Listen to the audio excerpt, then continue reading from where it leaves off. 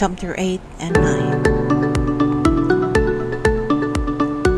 During those days another large crowd gathered. Since they had nothing to eat, Jesus called his disciples to him and said, "I have compassion for these people. They have already been with me 3 days and have nothing to eat. If I send them home hungry, they will collapse on the way because some of them have come a long distance." His disciples answered, "But where in this remote place can anyone get enough bread to feed them?" "How many loaves do you have?" Jesus asked. "7," they replied. He told the crowd to sit down on the ground. When he had taken the 7 loaves, given thanks, he broke them and gave to his disciples to distribute to the people, and they did so. They had a few small fish as well. He gave thanks for them also and told the disciples to distribute them. The people ate and were satisfied. Afterward, the disciples picked up 7 basketfuls of broken pieces that were left over. About 4,000 were present. After he had sent them away, he got into the boat with his disciples and went to the region of Dalmanutha. The Pharisees came and began to question Jesus. To test him, they asked him for a sign from heaven. He sighed deeply and said, "Why does this generation ask for a sign? Truly I tell you, no sign will be given to it." Then he left them, got back into the boat, and crossed to the other side.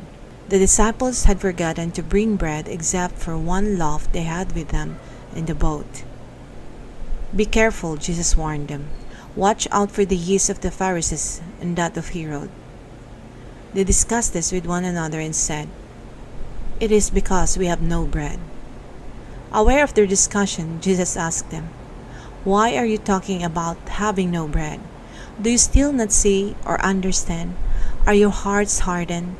Do you have eyes but fail to see and ears but fail to hear?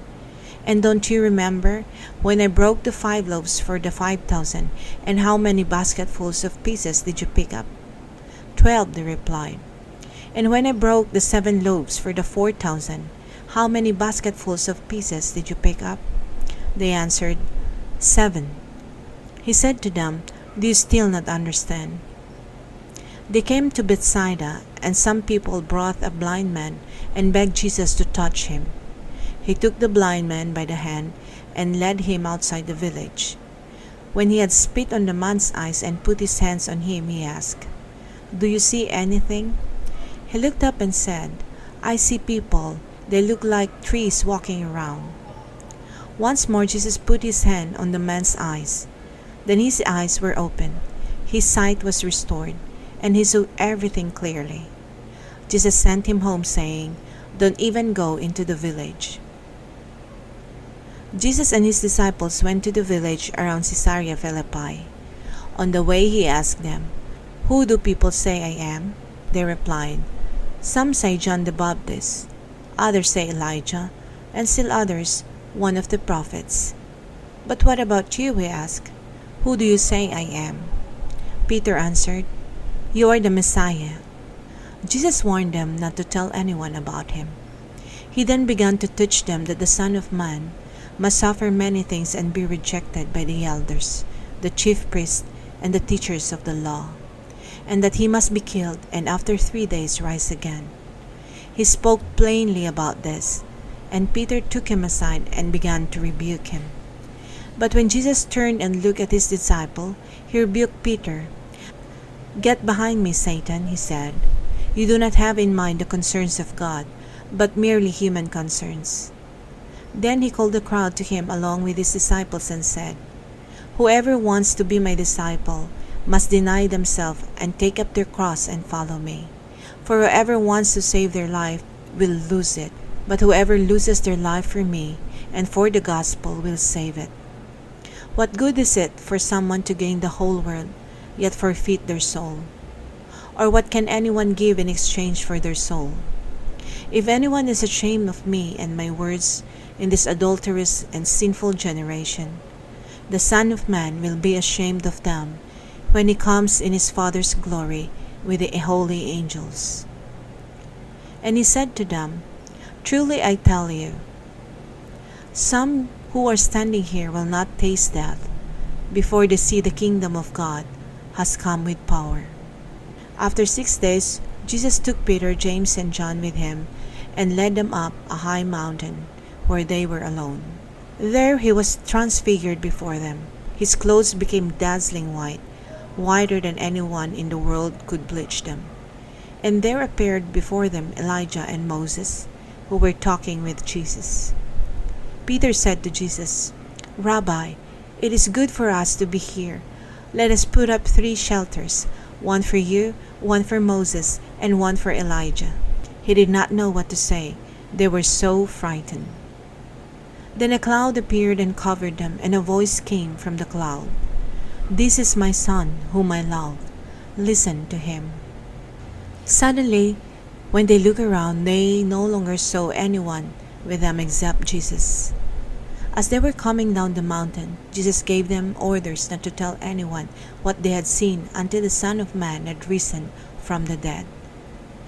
They kept the matter to themselves, discussing what rising from the dead meant.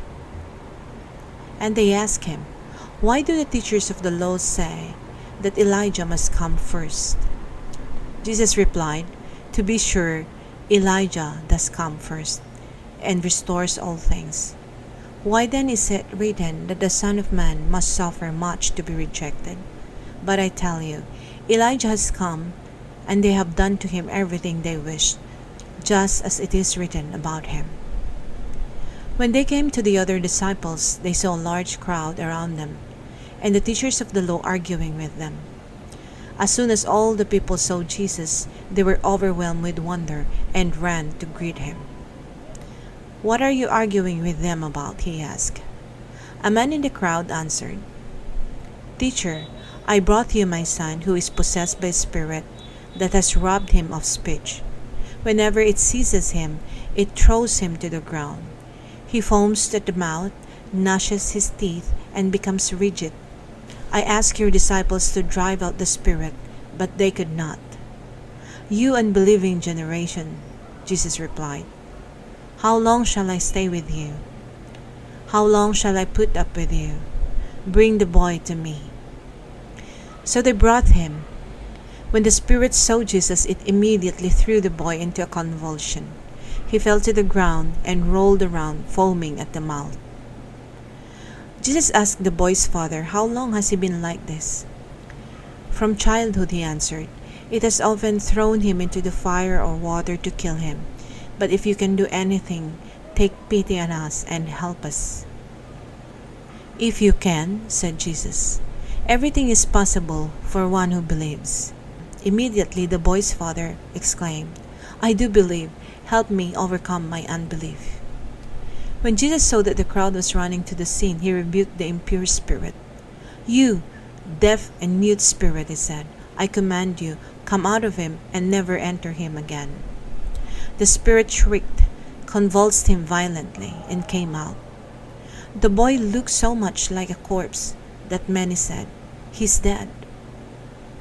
But Jesus took him by the hand and lifted him to his feet, and he stood. After Jesus had gone indoors, his disciples asked him privately, "Why couldn't we drive it out?" He replied, "This kind can come out only by prayer." They left that place and passed through Galilee. Jesus did not want anyone to know where they were, because he was teaching his disciples.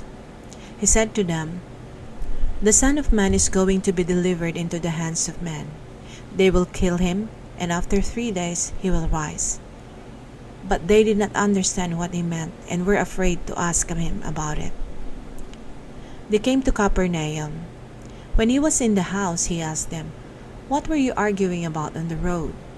But they kept quiet because on the way they argued about who was the greatest. Sitting down, Jesus called the 12 and said, "Anyone who wants to be first must be the very last and the servant of all." He took a little child whom he placed among them. Taking the child in his arms, he said to them, "Whoever welcomes one of these little children in my name welcomes me. And whoever welcomes me does not welcome me, but the one who sent me." "Teacher," said John, We saw someone driving out demons in your name, and we told him to stop, because he was not one of us." "Do not stop him," Jesus said, "for no one who does a miracle in my name can in the next moment say anything bad about me. For whoever is not against us is for us. Truly I tell you, anyone who gives you a cup of water in my name because you belong to the Messiah will certainly not lose the reward. If anyone causes one of these little ones, those who believe in me, to stumble, it would be better for them if a large millstone were hung around their neck and they were thrown into the sea. If your hand causes you to stumble, cut it off. It is better for you to enter life maimed than with two hands to go into hell, where the fire never goes out. And if your foot causes you to stumble, cut it off. It is better for you to enter life crippled than to have 2 feet and be thrown into hell. And if your eyes causes you to stumble, pluck it out. It is better for you to enter the kingdom of God with 1 eye than to have 2 eyes and be thrown into hell, where the worms that eat them do not die, and the fire is not quenched. Everyone will be salted with fire. Salt is good, but if it loses its saltiness, how can you make it salty again? Have salt among yourselves, and be at peace with each other. Thank you everyone for joining us. See you again tomorrow for the next chapter story. Have a blessed day.